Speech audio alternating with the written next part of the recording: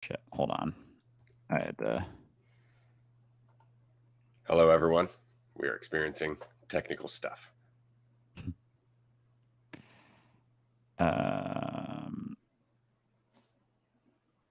Shit. The streaming thing does change. Let me. It did. So it does give me a fresh one every time with Instagram. Well, that's good to know. That is good to know.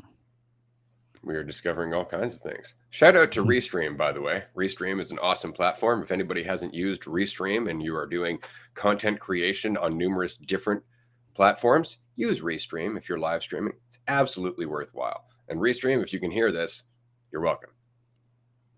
Ready? We are good to go. We're good. And here we are for another Thursday edition of Dualistic Unity Social. This is going to be the first of two because we had a guest reschedule for this afternoon. And so we're going to have two episodes of Dualistic Unity Social today, as we did last week, which was a lot of fun because we got to get into a conversation. We had an opportunity to let our community amplify that conversation, offer different perspectives and more insights. And then we got to continue on after that. Somebody love backpacking and heard y'all are throwing a camping retreat. When would that be? It's going to be next summer. That is the plan. It's going to be next summer on Vancouver Island. The details are not released as yet because we are still, in fact, working on our tickets for the Netherlands retreat that is coming up on November 11th. I am stoked. And ever since we did the announcement that we are not going to be going to Australia in April, as we had hoped to be doing, the Netherlands retreat really is the only 9-day event that you can attend in the near future if you're looking for that 9-day meals cooked for you, sitting in a comfortable place, having a wood-fired hot tub, and a massive community of people who just want to be vulnerable and authentic. If you're looking for that whole 9-day experience, the Netherlands retreat is definitely where you want to be. It's incredible. And there's going to be a roundtable episode released later on today where we actually had 3 previous guests talking about the retreats. So I won't get into it here, but let's just say, don't waste time. If you can make it to this event, definitely do. It's going to be life-changing for everyone, including me.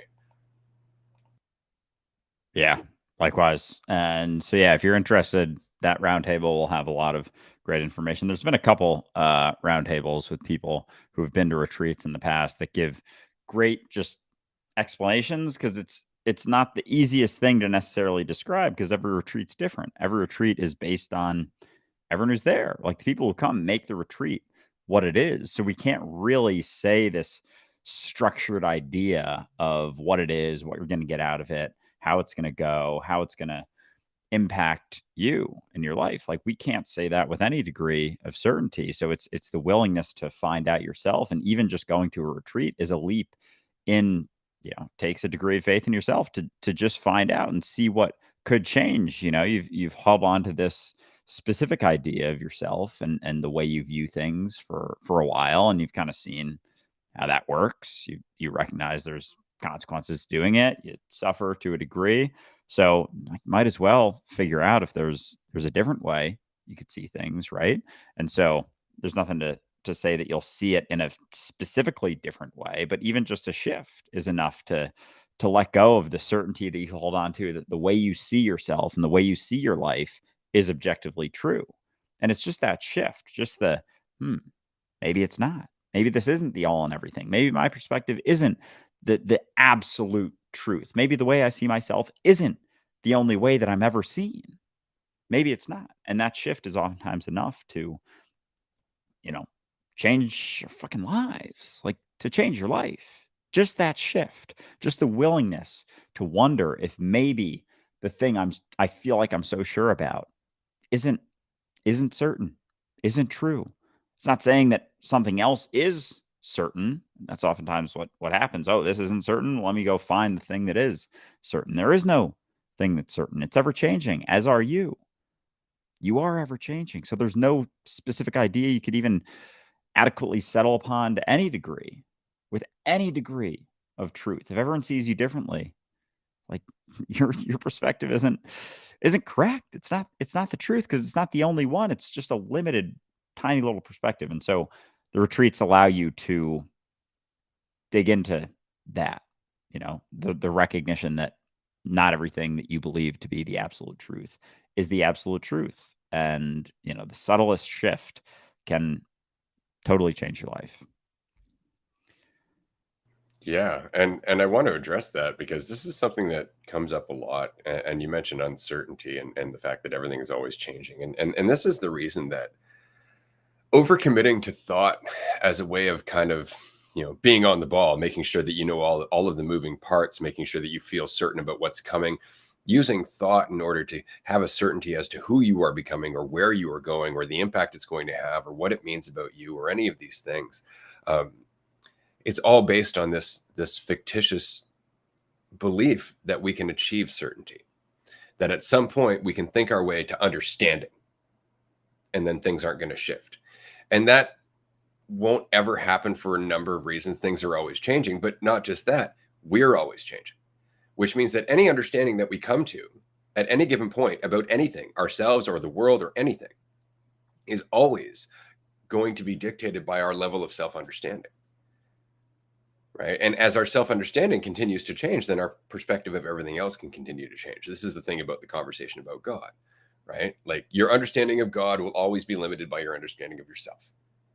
Right. Now, it's kind of tongue in cheek when we say that because you're talking about the same thing, right? But you don't necessarily know that because again, you can only see things from your current level of understanding. So we're trying to grasp onto this certain idea of what we are rather than embracing the ongoing process of growth and change and intelligence. We're trying to get to a point where I understand now rather than being the process of understanding from moment to moment to moment to moment, because that's a practice in itself, right? That's a practice of ongoing awareness, of ongoing responsibility, of ongoing humility, of ongoing non-judgment, right? Because all of those things reduce your clarity. They reduce your ability to be aware from moment to moment to moment to moment. And in being that aware, in being empathetic, in having the sensitivity to what's happening, you forge an entirely different path in your life. Whereas if you're trying to settle on certainty, all you're doing is getting locked in place over and over and over, and then grudgingly having to let go of that false certainty to allow life to teach you, because otherwise you end up in conflict. And so it's interesting that we're always working against what we are at our very best by trying to settle on this idea of certainty, by trying to settle on this idea of this is what I am, this is what this is, as opposed to this ongoing recognition of a deeper and deeper sensitivity to what it is to be what we are, to exist. And we're contorting reality every time we we focus on that. Like, I have to figure out the situation. I have to see it in a certain way that is certain, so you're not looking at it. You're not continuing to look. It's veiled every single time. It's foggy. It's not it as you try and figure it out. And as you get caught in focusing on the dialogue, on the processing of thoughts, the things that you're going through, focusing on the machine of thought, taking believing that there's any degree of truth that it's coming to, that it's getting to. So you focus on it because you're just like, well, I'm gonna keep going until it's true, until it's certain, until I know. And it never gets to that point. It's just this everlasting processing of it. It's not like there's never an endpoint with it. It's just an ongoing thing. But as we focus on it, we think that that thing is going to get to an endpoint at some time. And that illusion of it getting to a spot in which what? Like, in which what? In which experience ceases to be until we're at absolute comfort, is until, things stop changing, until things are exactly as I want them to be because I'm afraid? Like, what would happen if that was the case? That you don't even want that, but you'll keep buying into it because I don't it gives you something to do, something to think that you're getting to. But there's so much weight that comes with that. And so as you focus on that processing that's going on, like, you're not seeing reality. You're totally missing experience itself. So it's not to say that there's anything wrong necessarily with doing so, but you're just not looking at what is. You're just not looking at reality when you're focused on the thoughts, thinking that that's, getting you anywhere, getting you to a point. It's just a component of the process, and there's nothing wrong with them, but it's just a component. It's not the end all be all. Like, reality is what's happening. Like, it's what's going on, and it's not your opinion of what's happening. That's such a limited perspective. You can't even begin to express how limited of a point of view that is. And if you believe that it's the truth, you're cutting yourself off from reality itself. And isn't that interesting? Because we don't necessarily look at it that way. Because again, like, thinking is so heavily valued as what separates us from the animal kingdom, of what makes us special. Humans can think, and therefore we are more intelligent. And it's like, the capacity to do something doesn't mean that we're doing it well. Right. I think that we forget that. It's like, humans can think. That's what makes us awesome. It's like, you can walk too, but it doesn't mean you can walk well. Like, walking into walls repeatedly doesn't sound very awesome, whereas walking in a field sounds great. Being able to think while you're continuously causing yourself more fucking suffering doesn't sound like a very intelligent gift, right? And it's not that we have to use it that way. It's just that we've learned to use it that way, and we've learned to use it that way just through overcommitment.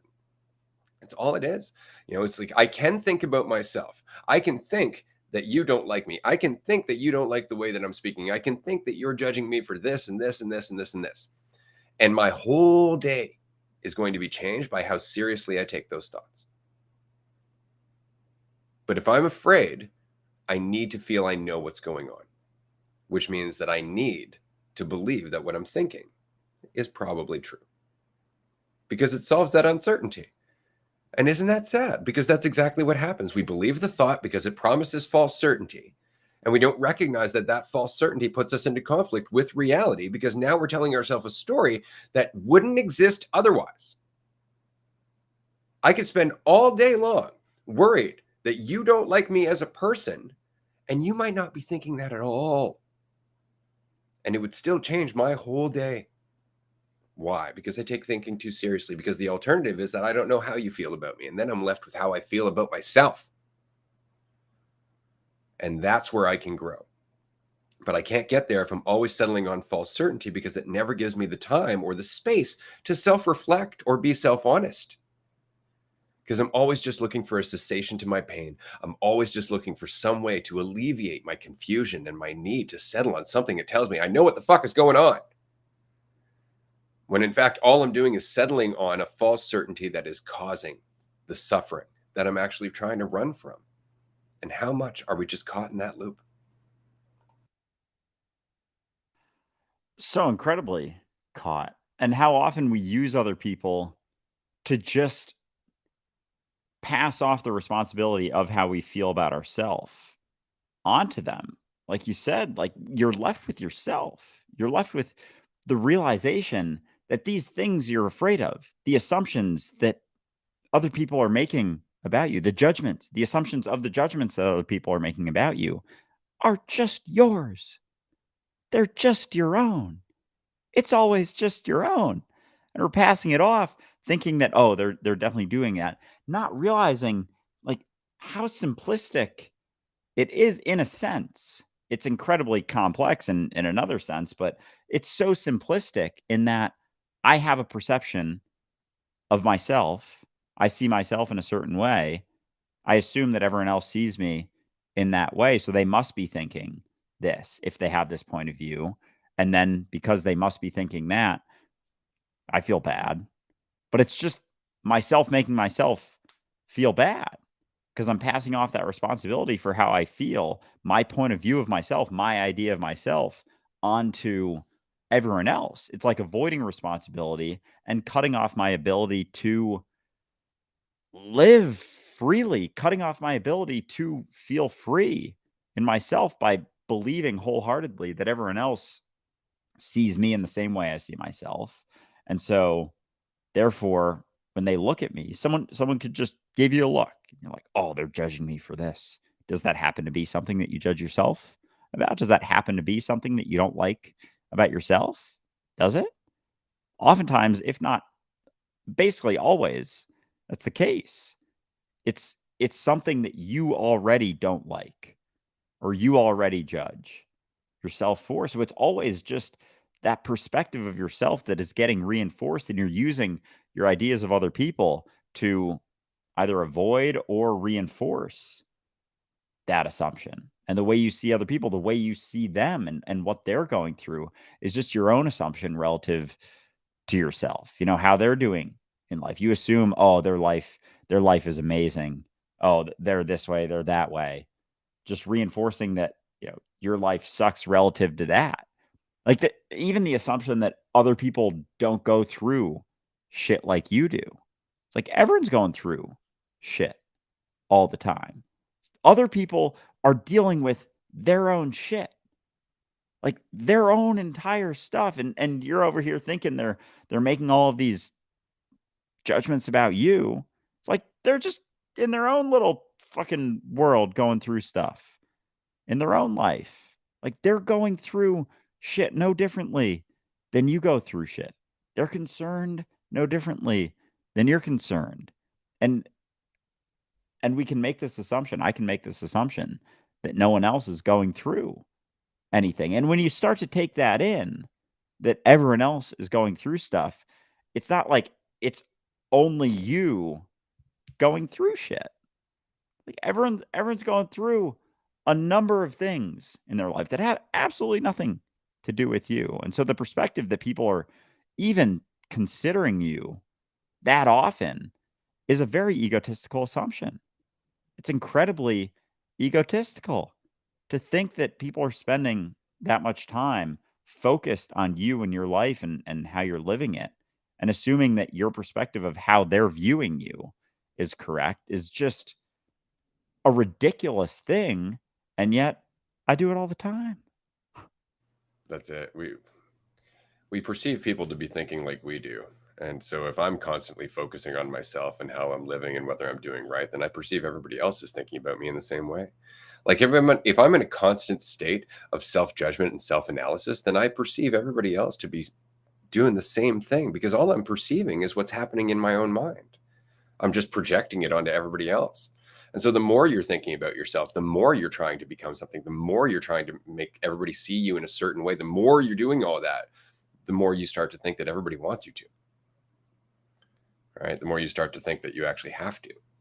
And you convince yourself of that. You actually convince yourself that people are judging you by the same standards that you judge yourself. And why? Well, because the alternative is questioning your thoughts. The alternative is uncertainty. The alternative is to just admit you don't know and that your relationship with yourself is really all you can know. Right? But we get so twisted out of shape in trying to validate ourselves through the perspective of others, only ever making assumptions about what those perspectives are, which is terrifying and terrible. And it's such a terrible way to live because you end up in this place where you're constantly chasing and you can never really get, because if you're looking for validation through someone else and that person, let's say they give it to you. Let's say that person gives you the validation that you're looking for. They're like, yeah, you're beautiful. Yes, you're smart. Oh my God, you're such a great speaker. Whatever it might be, that's going to last for a very short period of time until you're left to your own devices again, where nobody's there to validate you. And then you don't believe them anyway.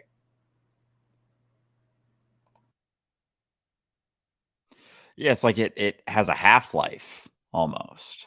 Like it wears down that external perspective because you can hear it, and if you have a very strong perspective of yourself, you can hear someone straight up say something to you explicitly and not believe it and assume they're lying and make this assumption that they're not telling you that. And it's so funny how we can have that. Like, take for example someone even just very basic, like, I like you, I don't like you. Like, you can so easily hear someone say, I like you, and assume they're lying. And then you can hear someone say, I don't like you, and think it's like objective truth. Meanwhile, it could just be their perspective is driven by, jealousy. Maybe they see you in a certain way and they're jealous of something, and so they say they don't like you. And if you were able to recognize, like if they explicitly were to say, which never happens, like, I don't like you because I'm jealous of you for this very specific reason, like, oh, huh, so that's just entirely coming from them. It doesn't have the same sort of gravity. But if someone says, I don't like you, and you aren't willing to even look at that and wonder, oh, maybe this is coming from something. Maybe they're, you know, trying to purposely make me feel worse so they can feel a little bit better about themselves. Maybe anything, maybe they're seeing me in a very specific way that reminds them of someone else, and it really has nothing to do with me. Like, they're seeing a different person, like, than you see. They're seeing a different person than the other person who likes you or the other person who's never met you sees. And this is top of mind because I just filmed a video before this walking around talking about this, that like people see different people when they look at you. Like, everyone sees a different person when they look at you. That is mind blowing. That it's just, and like this whole week, I've mentioned it a few times, but it's the most freeing thing, but the most potentially overwhelming because you're just It's just you. it's You're just left with just you. ah, This is the reason I don't fear judgment, is because frankly, any judgment's not the truth. And the only reason I can say that with accuracy is because I've actually looked at my own judgments enough to recognize where they come from. See, that's the thing, is that we can tell people all day that judgments don't hold truth, and they're not going to get it because they still value their own. Right? So it's important to kind of look through your own until you recognize, like, oh shit, I'm just trying to feel better. Oh, just validating choices. Oh God, I'm only, and that's what it is. And then finally, you're just like, so I'm never really looking at that person. Like, my judgments aren't ever the truth. Like, they're always kind of short-sighted. Like, you could look at somebody who's homeless and just make all kinds of assumptions about that person, and yet you take that person, you put them in a job, you change their life entirely, and they'll show you an entirely different person. Right. And it's so funny that we do this all the time based on how people are dressed, based on how people talk, based on everything. We make assumptions about these people, and we actually operate on the assumption that those assumptions hold merit or are truth. Right. And it's not to necessarily say that you can't glean details. It's that we take those details and we create a full-blown story that we don't question. Right. And if we did question, then it would be easier for us to actually see more of what it is we're experiencing. But again, to do that, you have to come back to the fact that it's just your relationship with you. Right. And it's not until you stop trying to be something that you start to actually recognize what you are. But the same is true for everything else, for everyone else. It's not until you stop trying to make them or make it into something to suit your narrative that you actually start to see what it is. yeah, well said. And that realization, I mean, that's where the responsibility comes in, and that really shifts it when you recognize that, yours are coming from somewhere. Like, yours aren't the truth. Like, your perspective of someone else is just as limited of a perspective as their perspective of you, your perspective of you, your perspective of them. But yeah, fuck, if you're unwilling to look at your own, you're not gonna see that anyone else's also doesn't hold merit. Like, they kind of go hand in hand. And if you're willing to question your own and wonder that, like, I've had that conversation with people, like, oh, well, my perspective is all I have. Perception is reality. Perspective is reality. Or my perspective is my truth. Like, oh my God, that's such a limited point of view to think but if you only see yourself as that, then of course it's all you could possibly even fathom, and you're not even willing to consider that someone else may have another perspective, because that's the extent with which you're willing to look. It's uncomfortable to see that someone else may have just as valid of a perspective of something as you. But it's kind of mind-blowing that someone will hold on to that belief, like, "Oh, my perspective is my truth." It's like, "Yeah, but it's not the truth. It's Like, that's very, very important to realize. Like, your perspective is the extent to which you can see things, but it's not the truth. But if you're not willing to see that, then you're not gonna question it. And you hold on to every perspective that you have, which includes your perspective of someone else's perspective. So to you, that person's perspective is the truth because your perspective of their perspective is the truth, but it's not. But it's only if you're willing to question your own perspective and realize that just because it's, quote unquote, your truth doesn't mean it's the truth ever. And it's not even close. It's not even a smidge. It's like a speck of a speck of a speck. And so therefore it's not. And it can never be. I always find it interesting when people are like, well, all I have is my perspective. It's like, which one? Because they seem to be thinking perspective is like this stagnant thing, and it's not. I mean, you felt one way about yourself when you woke up this morning, and you feel a different way about yourself by the time you get to dinner. And there are infinite amount of different ways that you felt about yourself throughout that, right? About yourself, about the world, about the people you were interacting with, your ability to interact with those people. All of those are different perceptions. So which one exactly is the truth? Right? And you could easily go, well, the one that makes me feel good. And that's what people normally do, is the one that makes me feel good, right? But they're all valid from from the point of view of the perceiver. In other words, if you hate yourself, that perspective seems like the truth while you're perceiving it. If you love yourself, that perspective seems like the truth while you're perceiving it. But that's the point. Perception always seems like the truth from the point of view of the perceiver. But if there's infinite perceptions of yourself and everything else that are available to you at any different point in the day, because remember, it's not like what I'm saying is like in the morning you're going to feel one way, in the afternoon you're going to feel another way every day. In the morning you might feel great one day, feel terrible another day. Like that's the whole thing, is that it's not about time or anything like that. You always have all of these options about what perspective of yourself in the world you'd like to choose. They're all there. And if they're all there and they're all valid from the perspective of the perceiver, then none of them are complete. None of them are complete and whole in themselves, which means none of them are the truth. They're simply valid as a perspective. And that's kind of what helps to understand that, is to just recognize that perspective is never the truth. Perception is never the truth. It's just an angle. It's just a way of perceiving what is, by perceiving yourself in a certain way, because you are what is.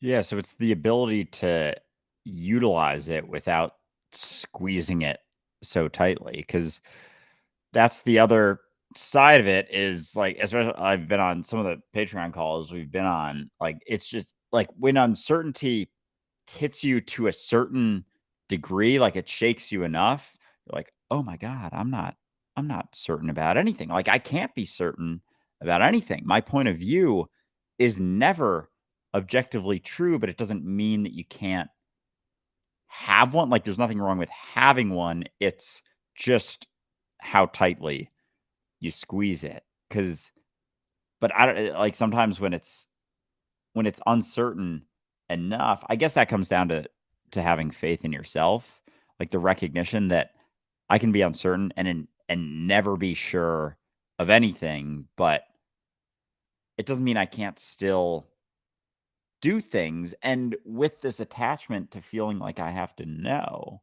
or I have to have some degree of certainty in order to do something, like, that's just bullshit. That's just an illusion, but it's been such a massive component of my life for so long that I feel like I have to know to some degree. Oh, I have to have some certainty in order to take action. It's like, no, you can just step into things. You can just interact without maintaining this solid perspective of yourself, someone else, how you're being perceived. But just the fact that we got a bunch of people watching this on in different places, like, they're all hearing me differently.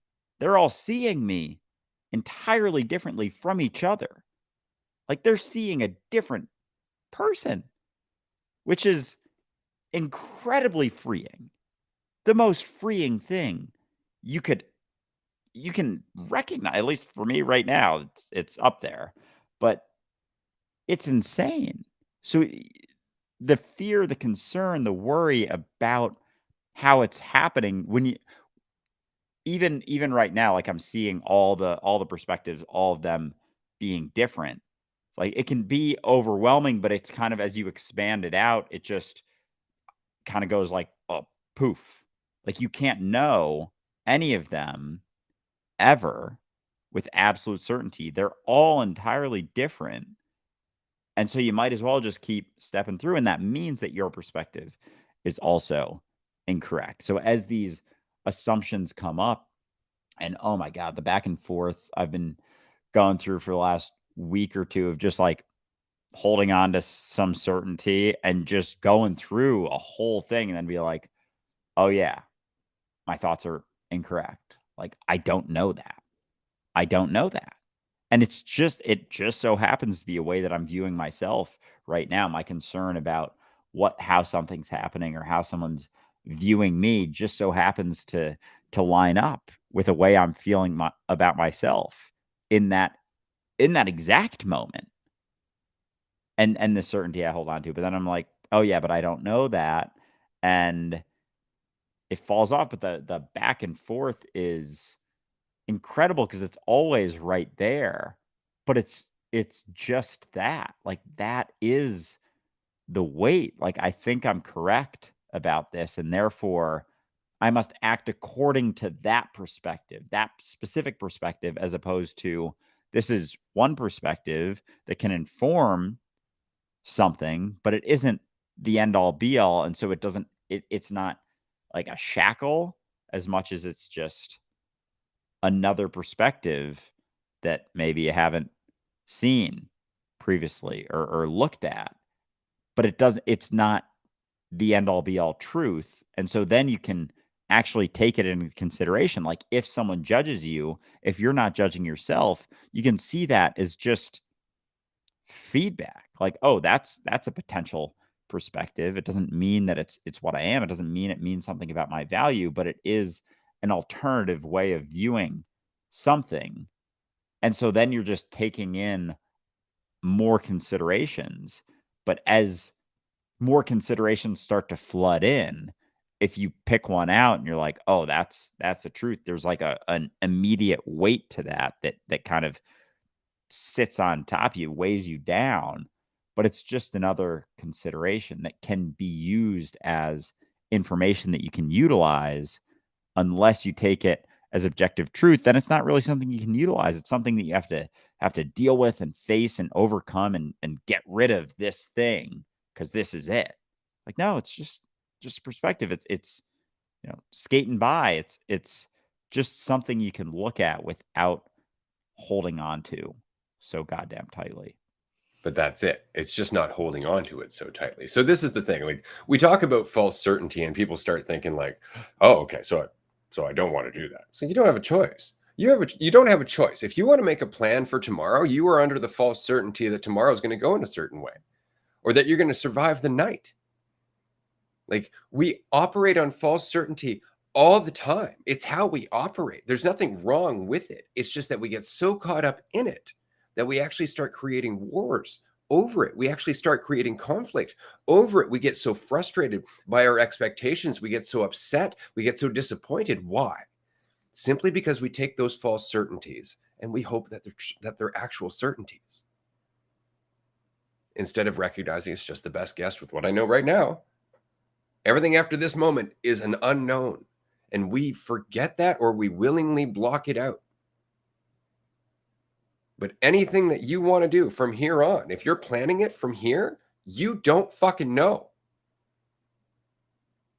And how much does that bother you? Because that's the point. How much does it bother you that you don't really know?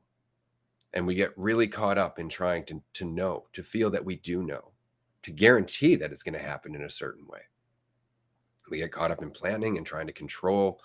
And it's all simply because we don't want to accept that we're okay adapting as we go, that we actually are intelligence in action all the time. We want to try and think to ourselves, how do I make the most of my life? Not recognizing that's the distortion that makes it difficult to do so.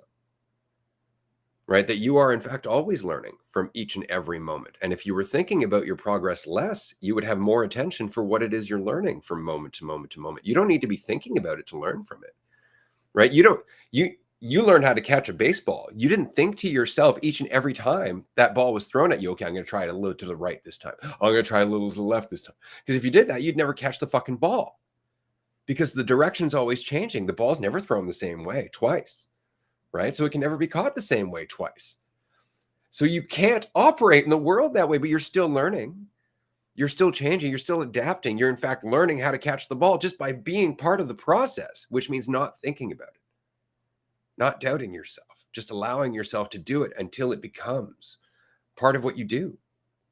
This is true for everything, whether it's an interview, whether it's learning to drive a car, learning a sport, learning how to talk to people. The less you think about yourself doing it, the more attention you have for the learning how to do it. You're always learning until you tell yourself you're not. And then what you've done is you've taken the lesson that you're learning and you've covered it over with a big smear of shit. And you're wondering why you can't get anything out of it. And it's anytime we focus on ourself as we're doing something that gets in the way of it happening accordingly. And I don't know if I've ever talked about this on the podcast before, but one thing, like, sports were always a big part of my life. I was very athletic growing up, like pretty good at them, played baseball in college.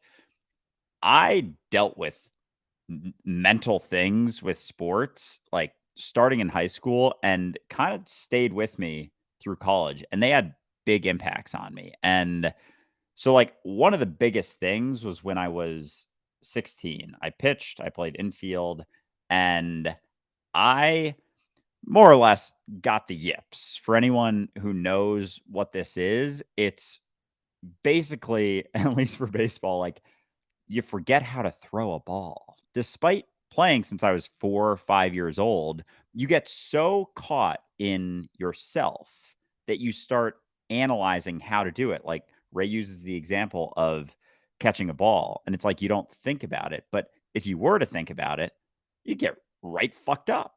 And so that happened to me. It was still, it's like a fucking experience, a memory I'll never forget. I had a high school coach who was a fucking asshole. He was just a dick, and would throw tantrums in the dugout, freak out, like he was.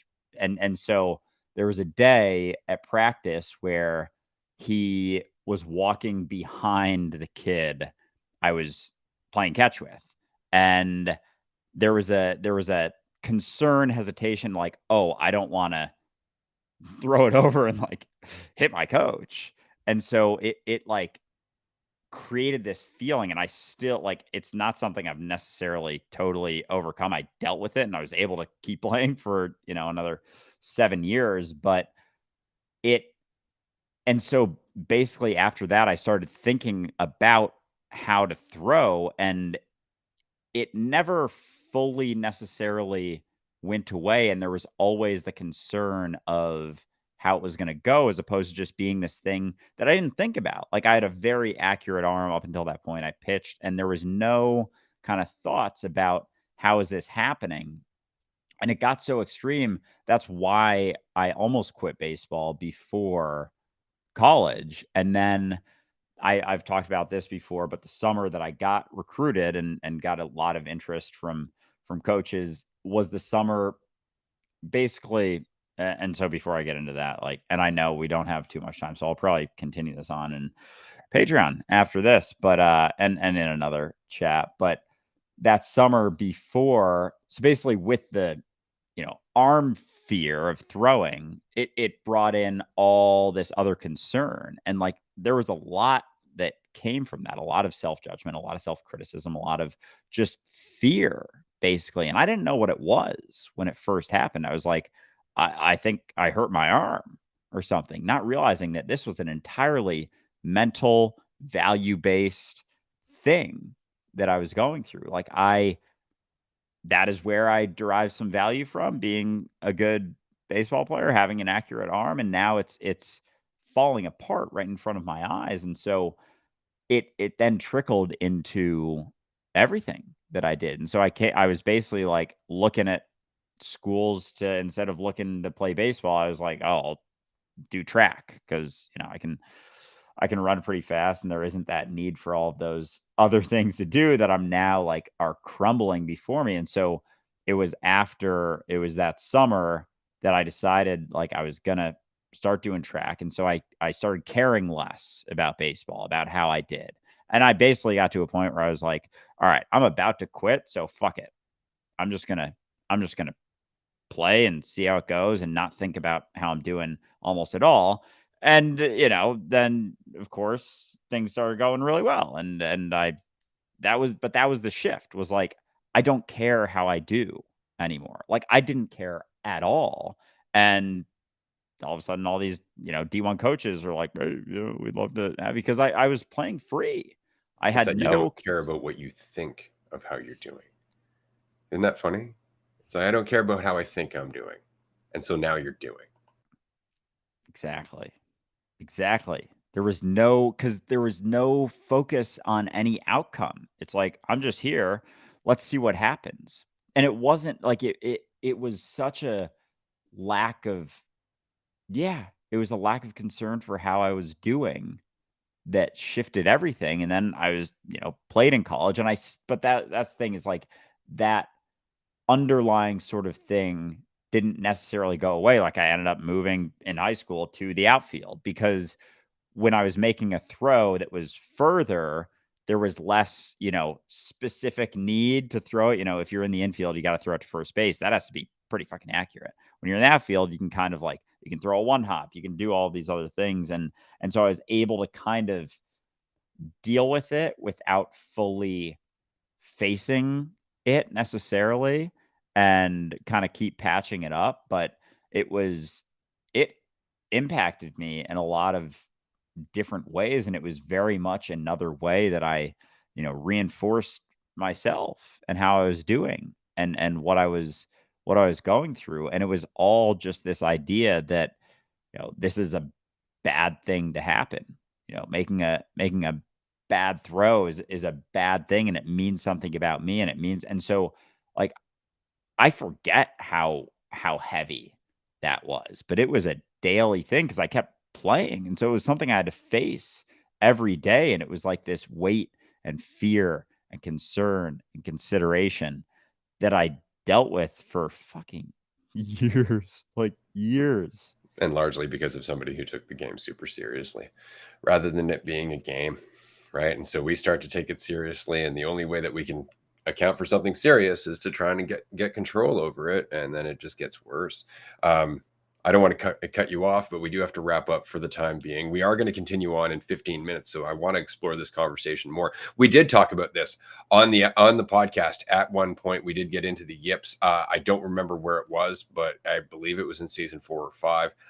Anybody who knows on Discord, do let us know because that always helps. If you would like to join us for the next conversation, it's going to be an hour and a half. It's a tier 2 call. There is a 7-day free trial available on our Patreon page for a tier 2 membership, which means that you can join us for 5 days a week of group discussions. So patreon.com/dualistic unity.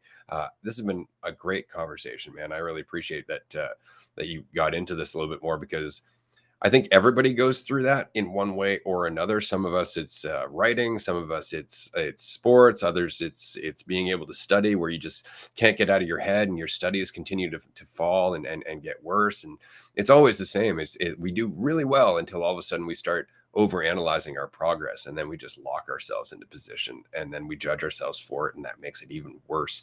And what we don't get is that while we can conquer that in some ways or learn to cope with it, if we don't recognize what's happening, it'll come into other parts of our lives as we get older, and then it becomes a dominant theme, which is another problem entirely. So do join us on Patreon if you can. If not, check out the Dualistic Unity podcast, season 1. We talk about all of this. We really do get into depth on a lot of these topics about thought and the usefulness of it, as well as the danger. So thanks so much, man. This has been a lot of fun.